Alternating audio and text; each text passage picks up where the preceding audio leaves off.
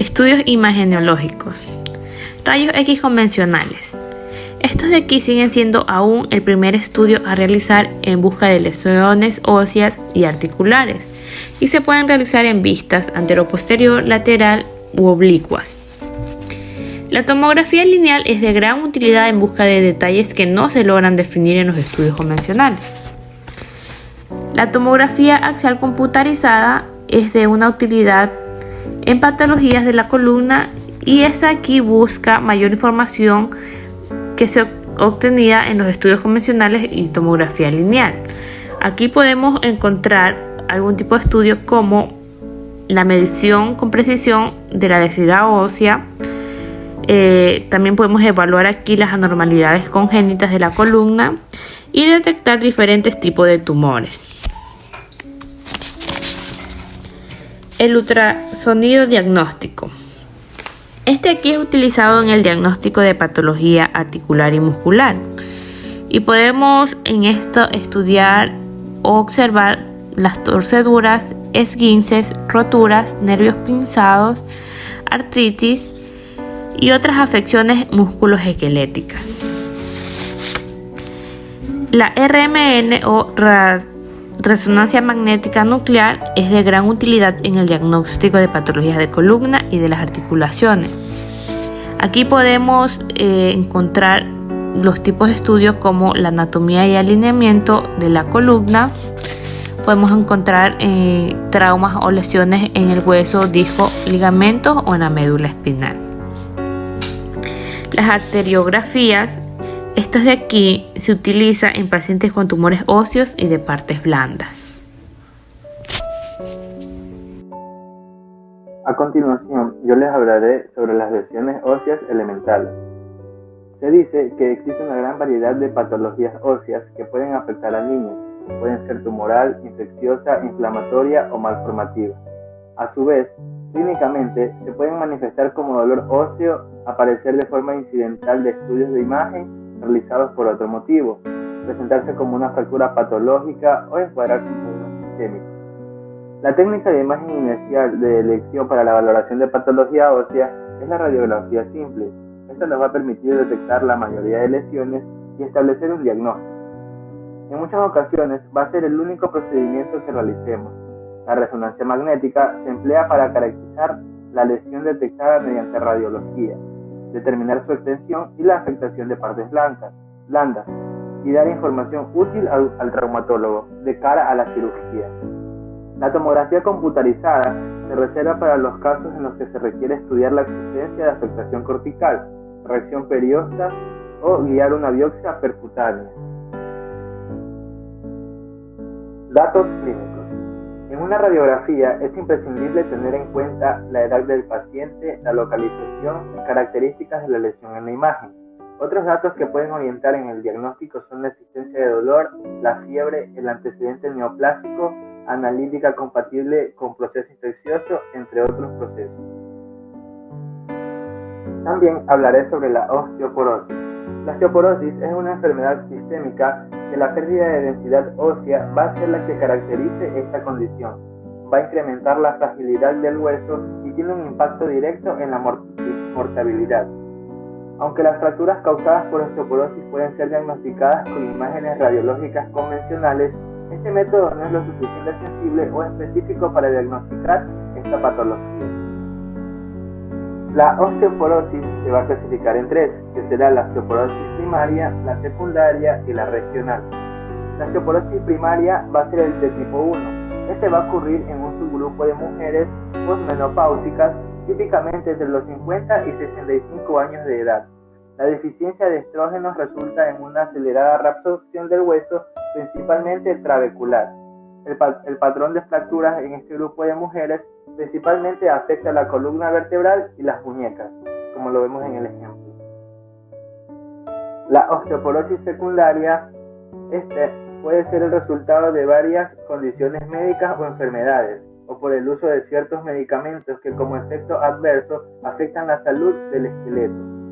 Varios trastornos pueden interferir con la formación de hueso o promover la resorción ósea que conduce a osteoporosis secundaria. La osteoporosis regional la cual afecta solo parte del esqueleto, usualmente el esqueleto apendicular.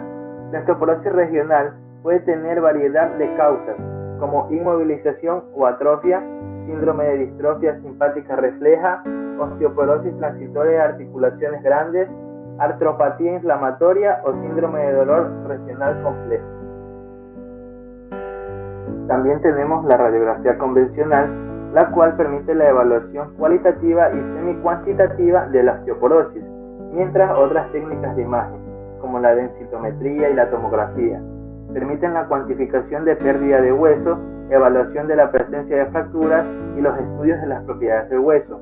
A pesar del advenimiento de estas técnicas más nuevas y precisas, la osteoporosis sigue siendo más comúnmente diagnosticada por radiografía convencional. Sin embargo, esta modalidad es capaz de detectar pérdida de hueso solo cuando ésta excede el 30 o 50%, por lo que no es suficientemente sensible ni específica para el diagnóstico temprano de osteoporosis. Hablaré también acerca de la forma en la que se evalúa o se diagnostica. Para diagnosticar la osteoporosis y evaluar su forma de sufrir una fractura y determinar si usted necesita un tratamiento, probablemente se ordenará una densitometría ósea. Este examen es utilizado para medir la densidad mineral ósea. Este procedimiento se realizará generalmente utilizando la absorciometría por rayos X de energía dual. La cantidad de rayos X absorbidos por los tejidos y huesos se mide con la máquina y se correlacionan con la densidad mineral ósea. La máquina convierte los datos sobre la densidad ósea en los valores estadísticos del paciente. El estadístico mide la cantidad del hueso que usted tiene en comparación con una población normal de gente más joven y es utilizado para estimar su riesgo de sufrir una fractura y la necesidad de terapia con medicamentos. Su valor estadístico mide la cantidad de hueso que usted tiene en comparación con otros pacientes de su misma edad. Este número puede ayudar a indicar si existe la necesidad de realizar más exámenes médicos. Aquí tenemos un ejemplo sobre la osteoporosis.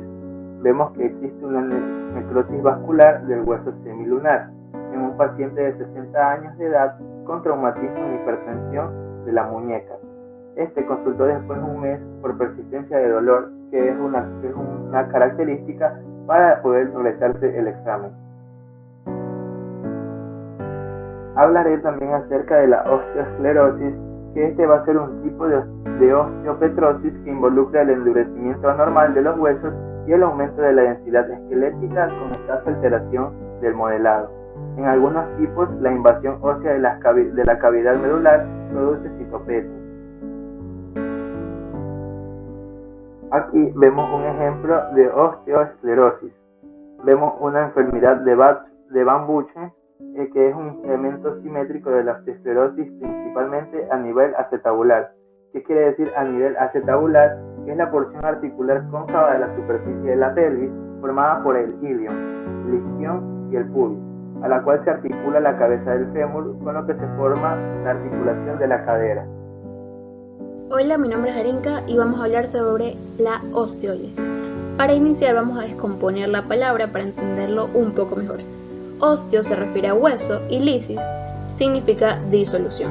Entonces la osteólisis significa que disminuye la densidad de estructuras óseas. Esto va a permitir que en las radiografías veamos lesiones radiotransparentes con bordes nítidos y en su mayoría no existe matriz ósea en su interior. Algunas de las causas son los tumores o las infecciones y otros de los efectos son las alteraciones anatómicas, secuelas funcionales y en muchas ocasiones, no siempre, las afecciones renales. Entonces básicamente la osteólisis es cuando los huesos van destruyéndose progresivamente hasta desaparecer, ya sea parcialmente o en su totalidad. Aquí observamos una radiografía simple. Del lado izquierdo en la imagen 1 observamos una radiografía con una mano regular, se ven todos los huesos del carpo. Mientras que en la imagen 2, la del lado izquierdo, tenemos un paciente con la ausencia de los huesos carpianos. Este espacio lo hemos señalado con un círculo. Y esto es debido a la destrucción que generó la osteólisis. En este caso, este paciente se desaparecieron sus huesitos del carpo. En la imagen 1 tenemos una radiografía de una mano que tiene sus huesos del carpo completos. En este caso vamos a ver en la imagen número 2 el hijo del caso que vimos en la diapositiva pasada. El niño por herencia también tiene problemas en sus huesos gracias a la osteólisis, pero en este caso no han desaparecido por completo, sino que se aprecia una destrucción de los huesos carpianos. Están a punto de desaparecer, pero aún quedan vestigios. La osteonecrosis. Ya sabemos que osteo se refiere a huesos y necro se refiere a muerto o cadáver. Antes de pasar a la osteonecrosis, vamos a definir bien qué es la necrosis por sí sola. Necrosis pasa cuando fluye poca sangre al tejido. Esto no se puede revertir. En muchas ocasiones es causado por lesiones, radiaciones o sustancias químicas. Cuando ya se expande una zona un poco más grande, se denomina gangrena. Entre las posibles soluciones tenemos trasplante óseo, es decir, un injerto, eliminar la capa interna del hueso o alguna parte de la capa interna del hueso, utilizar medicina regenerativa y en muchos casos cuando ya no queda nada más que hacer, por ejemplo tenemos un pie donde el dedo del pie ya está muy necrosado y para evitar que se siga expandiendo es mejor proceder a amputar ese dedo del pie y evitar que se expande, que se tenga que amputar todo el miembro. La osteonecrosis indica la presencia de la muerte isquémica de los constituyentes celulares del hueso y la médula ósea. Las alteraciones son atribuibles a la difusión del gas inerte contenido en los pulmones y comprimido hasta presiones de 6 atmósferas absolutas, que por ir seguido de un pronto y rápido ascenso induce la formación de burbujas con preferencia en el torrente sanguíneo. ¿Qué quiere decir esto? Que hay cambios bruscos de presión. Un ejemplo son los buceadores. Ellos están en constante compresión y descompresión. Por ejemplo, cuando ellos descienden con tanques de oxígeno entre los 100 y los 850 pies de profundidad, se exponen a presiones elevadas. A largo plazo esto puede generar dolor o molestias en las articulaciones, especialmente en las caderas, en las muñecas y en los tobillos. Algunas de las causas de la osteonecrosis son los traumatismos, las hemoglobinopatías, pancreatitis, condiciones disbáricas. Existen algunos métodos diagnósticos para identificar la osteonecrosis. Voy a mencionar los más utilizados. El primero es la radiografía convencional. Es específica, pero es poco sensible. Entonces vamos a observar la imagen 1, el caso 2, es un estadio radiológico número 4 con cambios óseos severos en la cabeza femoral, que está señalado con el círculo azul, los círculos azules, y compromiso del acetábulo, así como pinzamiento del espacio articular. En las radiografías el estadio 4 se refiere a que es avanzado y que hay un compromiso de acetábulo, como ya lo mencionamos. En la imagen número 2 se observa en el caso 3 un estadio radiológico número 2, la cabeza femoral, aquí ha habido un errorcito, con cambios osteopénicos y quistes óseos sin compromiso de los bordes. En las radiografías del estadio 2 se refiere a que es precoz, que hay cambios escleróticos, osteoporóticos y quísticos, sin bordes comprometidos, como se muestra en la descripción. La siguiente modalidad diagnóstica es la tomografía axial computarizada. Estas son más sensibles que las radiografías simples y se puede identificar más rápido fracturas subcondrales. En la imagen observamos que tenemos un estadio tomográfico 3B con deformación de la cabeza femoral izquierda, como se observa encerrado con el círculo azul, y un incremento difuso de su densidad, es decir, radiotransparentes. En una tomografía axial computarizada, el estadio tomográfico 3B significa que existen alteraciones tempranas en los bordes y una posible fractura subcondral. No siempre, pero en algunos casos sí existe. Entonces, alteraciones tempranas en los bordes, por eso es que vemos los bordes un poco más nítidos y por dentro se ve un poco más radiotransparente. Y por último, la resonancia magnética, que es la técnica más sensible y específica para diagnosticar. Seguimos con las vistas anteroposteriores. En estas dos imágenes, que son de la cadera, observamos una imagen heterogénea de contornos irregulares, localizado en la cabeza femoral izquierda, como lo encerramos con el círculo azul. No existe compromiso en los bordes y el espacio que existe entre la cavidad cotiloidea de la cadera y la cabeza del fémur se mantiene, o sea, se conserva ese espacio.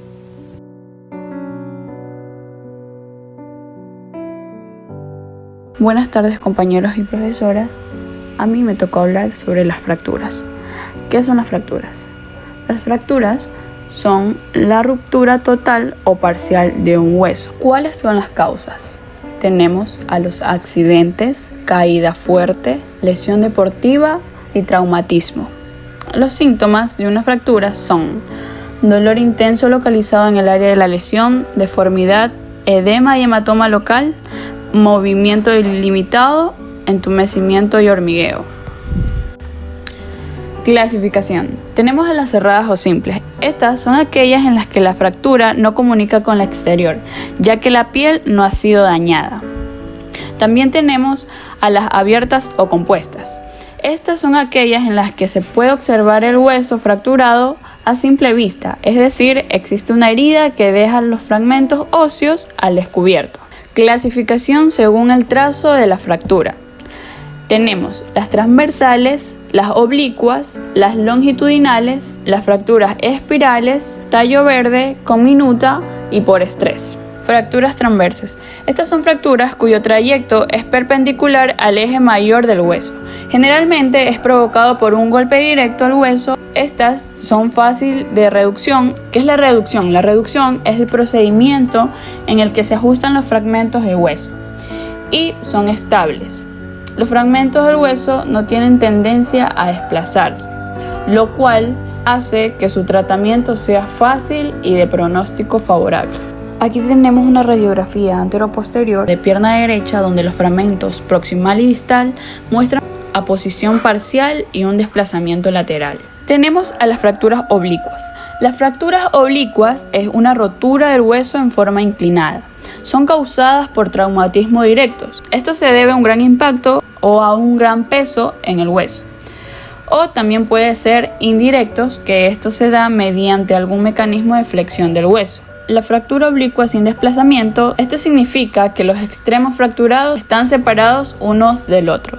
Y las fracturas oblicuas con desplazamiento, esta es una rotura del hueso en forma inclinada. Lo que lo diferencia de la fractura sin desplazamiento es que sí existe una separación de los extremos de la fractura. En esta radiografía se muestra en la imagen A y B una fractura oblicua. Se ve una pérdida de alineación entre la metáfisis y la epífisis por deslizamiento epifisiario tipo 1. Fractura esferoidea o espiral.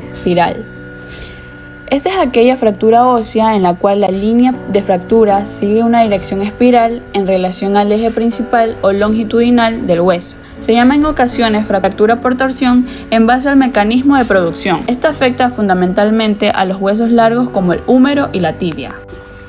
Esta es una radiografía antero-posterior del hueso de la tibia. Esta es una fractura espiroidea o espiral. Una fractura longitudinal es una fractura que corre en el mismo sentido del eje mayor de un hueso, sin que se mueva alguna parte del tejido óseo. La gravedad de esta fractura es similar a la de la fractura transversal. Son de fácil reducción y son estables. Estas no necesitan de cirugía a no ser que exista complicaciones. Esta es una radiografía simple de tibia izquierda. Aquí se logra apreciar una línea de fractura longitudinal. Fractura en tallo verde. La denominación en tallo verde procede de la analogía entre este tipo de fractura y la que se produce al intentar romper el tallo verde de una planta. Esta es una fractura parcial en la que un lado del hueso está roto y el otro lado se haya incurvado. Sucede solamente en los niños cuyos huesos no se encuentran osificados por completo y contienen más material orgánico que inorgánico. Aquí tenemos una radiografía de la fractura del tallo verde donde se ve, este es un antebrazo izquierdo en proyección lateral. Fractura conminuta o también llamada comminutus, que significa pedacito. El hueso se astilla en el lugar del impacto y entre los dos fragmentos óseos principales hacen otros más pequeños. Tenemos una radiografía donde nos muestra una fractura comminuta. En la parte superior tiene el aspecto de mariposa, que es donde está la flecha gruesa, y en el inferior hay una fractura vertical y en el inferior hay una fractura vertical. Fractura por estrés. Una fractura por estrés es una grieta en el hueso que se produce por microtraumatismos repetitivos o una excesiva carga en la estructura ósea. Por este motivo a estas fracturas se les suele llamar fracturas por fatiga o sobrecarga. Las fracturas más comunes son la fractura en el segundo metatarsiano. Esta es la fractura de estrés más común, ya que suele ser el dedo más largo en el que está sometido a mayor carga durante actividades como la carrera. Tenemos también a la fractura del calcáneo, que esta suele aparecer en corredores que utilizan una técnica de carrera donde el primer apoyo se realiza en el talón. Esta es una radiografía de fractura completa de escafoides del pie izquierdo en atleta. Clasificación por mecanismo de producción. Tenemos fractura por flexión, fractura por cizallamiento, fractura por torsión y fractura por tracción. Fractura por flexión. Esta fractura es debido a dos fuerzas de direcciones paralelas que actúan en el mismo sentido, pero cada una en un extremo del hueso. El trazo suele ser transverso o ligeramente oblicuo y a veces puede existir un tercer fragmento en ala de mariposa. Fractura por cizallamiento. Este debido a dos fuerzas paralelas con sentido opuesto, convergentes hacia el hueso. El trazo suele ser transversal. Este mecanismo origina algunos tipos de fractura vertebral. Esto es debido a una fuerza que ocasiona un movimiento de rotación del hueso sobre su eje. El trazo suele ser espiroideo. Fracturas por tracción. Esto se debe a dos fuerzas que actúan en la misma dirección pero con sentido opuesto, divergentes desde el hueso. Ejemplos: arrancamiento de la apófisis e inserción del Aquiles en el calcáneo, avulsiones malleolares en el tobillo, entre otros. Las fracturas son tratadas esencialmente mediante tres procedimientos: inmovilización con férula, reducción abierta y fijación interna y reducción abierta y fijación externa. En la movilización con férula, este es cuando la fractura no es de gravedad, es estable y no está desplazada. Y la reducción abierta y fijación interna es cuando se aplican clavos, tornillos, alambres, placas, entre otros. Para que así las fracturas puedan ser reducidas con una férula o cuando no pueden ser aplicadas las férulas por peligro al desplazamiento de los extremos fracturados. Reducción abierta y fijación externa. Esta se da mediante aparatos como tutores. Estos son colocados en fracturas que no pueden repararse por medio de la opción que mencionamos anteriormente por inestabilidad externa de los segmentos fracturados o por tratarse de una fractura muy grave como la fractura conminuta. Yo les voy a hablar sobre la luxación y subluxación. Una luxación es una separación de dos huesos en el lugar donde se juntan, es decir, en la articulación. Se denomina articulación luxada aquella en la que los huesos ya no están en su posición normal. Las personas que sufran esta lesión sentirán un gran dolor, no podrá mover esa extremidad y además notará una notable deformidad en forma de bulto. Cuando ocurre una luxación parcial o incompleta se denomina subluxación. Las luxaciones son generalmente causadas por un impacto súbito en la articulación a causa de un golpe, una caída u otro traumatismo. Les voy a hablar sobre lo que son y lo que es la artrosis. La artrosis es una patología reumática que lesiona el cartílago articular. Las articulaciones son los componentes del esqueleto que nos permiten el movimiento y por tanto nuestra autonomía funcional y están formadas por la unión de dos huesos a través de la cápsula articular. En el interior de las mismas existe generalmente un fluido llamado líquido sinovial, que es producido por la membrana sinovial. Los extremos óseos que se unen para formar la articulación están recubiertos por el cartílago articular. Cuando este cartílago articular se lesiona, se produce dolor, rigidez e incapacidad funcional. Normalmente, la artrosis se localiza en la columna cervical y lumbar, algunas articulaciones del hombro y de los dedos de las manos, la cadera, la rodilla y la articulación del comienzo del dedo del gordo del pie.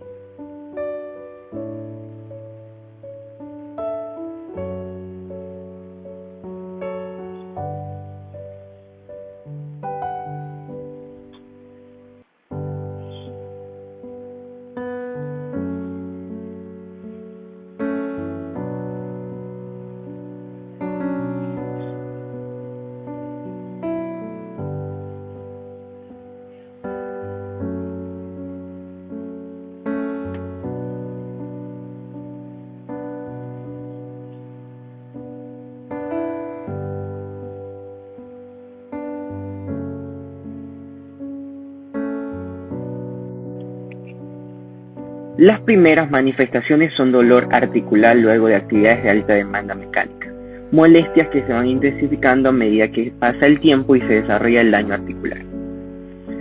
La radiografía que vemos a continuación nos muestra una disminución progresiva del espacio articular, luego una esclerosis del hueso subcondral. Más adelante nos va a mostrar lo que es una erosión, osteofitos y una subluxación progresiva de lo que es la mano. La sintomatología es creciente, así la artrosis de la base del pulgar puede causar dolor severo, deformidad, debilidad y una importante pérdida de la función de la mano. Bueno, aquí traigo otros ejemplos como es la artrosis interfalángica distal. Aquí vemos en la imagen radiográfica una severa artrosis interfalángica distal, osteofitos por dorsa, indignidad de la interfalángica proximal. En esta otra imagen vamos a ver una artrosis en ambas manos. El compromiso de la artrosis en esta articulación afecta en forma muy significativa la función de la mano, debilitando y limitando la capacidad de realizar actividades usuales de la vida diaria. Es posible que aquí en esta artrosis haya un compromiso de múltiples dedos, en un escenario de artrosis primaria idiopática. Bueno, y se puede interpretar que es una artrosis severa en ambas manos que compromete las interfalángicas proximales y distales, y nótese que las metacarpofalángicas no tienen daño. En esta otra imagen es una radiografía de pelvis y cadera. Bueno, esta radiografía es anteroposterior de pelvis y cadera derecha, donde se evidencia artrosis severa en la cadera.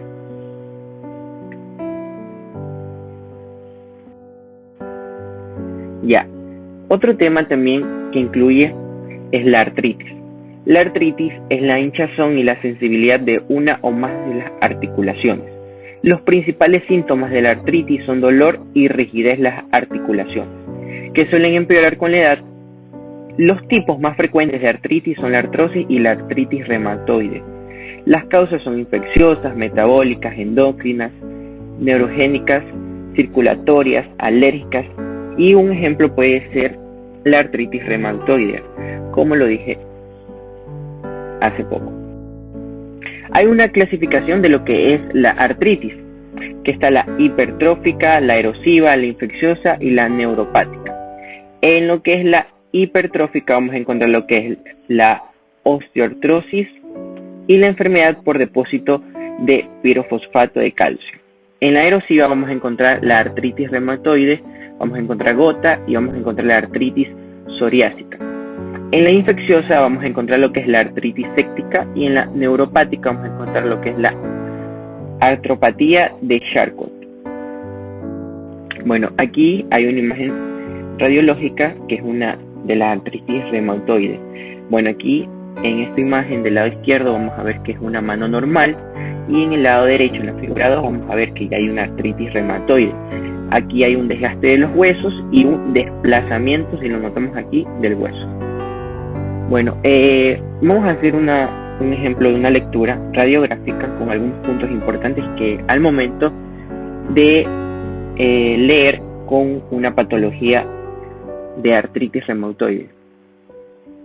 Lo que es la alineación, en el ejemplo vamos a tener lo que son subluxaciones hacia el margen cubital, como notamos en la imagen, que son características de la artritis reumatoide, rigidez e inmovilidad articular.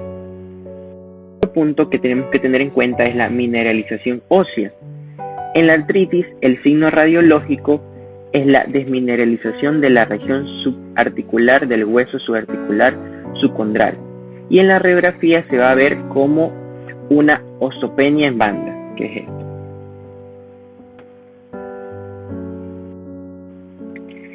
Otro punto es la pérdida de cartílago. El cartílago articular es radiotransparente, por lo cual no se va a ver, y aquí se evalúa la disminución del espacio articular. Si es simétrico, el diagnóstico diferencial es artritis inflamatorias, entre otras, y cuando es irregular se incluye la osteoartritis y la artritis séptica. Puede haber un aumento en el espacio articular, pero es mucho menos frecuente y se debe a una acumulación en el líquido sinovial en el espacio articular o tejidos. En las erosiones, en la primera imagen, que es esta, vamos a ver una artritis reumatoidea que son marginales y predominan en el margen radial de la articulación. Viene siendo esto. En la segunda imagen nos muestra una artritis erosiva y en la imagen vemos que es llamada como gaviota. Y en la tercera imagen corresponde a una artritis psoriásica y en la imagen se caracteriza como un lápiz dentro de una copa. Otro punto importante son las partes blandas. El signo más temprano del compromiso de la articulación es el aumento de las partes blandas. Se puede ver en la imagen que es un paciente con artritis reumatoide y se ve el aumento de las articulaciones metacarpofalángicas. ¿Y ven esto que es aquí? Y el aumento de las partes blandas este aumento es causado por edemas o por hipoplasia de la sinovial o por los tejidos que rodean la articulación.